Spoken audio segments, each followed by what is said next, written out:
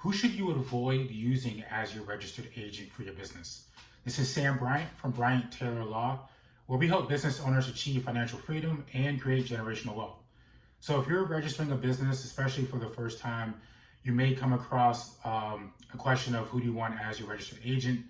A registered agent is simply a person or a company that will receive legal notices on behalf of your business. So this most commonly arises if your business is involved in a lawsuit. So the only rule really for a registered agent is just that the registered agent must be located in a state, in the same state in which you are registering your business. So if you are registering a company in Florida, the address of the registered agent has to be in Florida. And if that individual is a person, that person should be 18 years of age or older. So with that said, that's a very broad range of possible candidates for a registered agent. So that leaves the small margin of people or entities that should not be registered agents. Very first one is obvious. It's just a company or person that's not located in the same state that you're registering the company for obvious reasons. But the second point is you should not use an employee as a registered agent. So by employee, I mean someone who is not an owner of a company, but someone who's just employed by the company.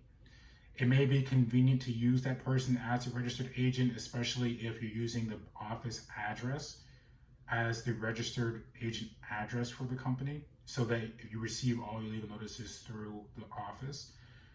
But you should not name an employee as a registered agent, mainly because employees come and go. So if you make it a routine habit of naming employees as registered agents and they end up leaving your company, then you're involved in a process of continually updating your state filings with the new registered agent. And every time you change a registered agent for your company, you are generally subjected to a separate filing fee. So if you do need to name someone as your registered agent and you don't want to name an owner as the registered agent, I would strongly consider using a company. There's a lot of different companies out there. There's even some law firms out there who will serve as registered agents for your business, so that they would take on that responsibility of receiving those legal notices.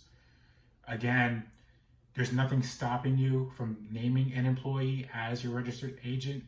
I would just advise against it, just mainly for the practical reason that employees typically leave companies. And if they leave your company, then you're gonna have to name another registered agent and then pay a separate fee to the state. It's a nominal fee, but you still have to go through that process of filing the new paperwork and paying the applicable fees. So it's just a fast matter of, it's just a very practical matter for the most part. Again, if you really don't want to use yourself or another owner or another business partner, just use a company.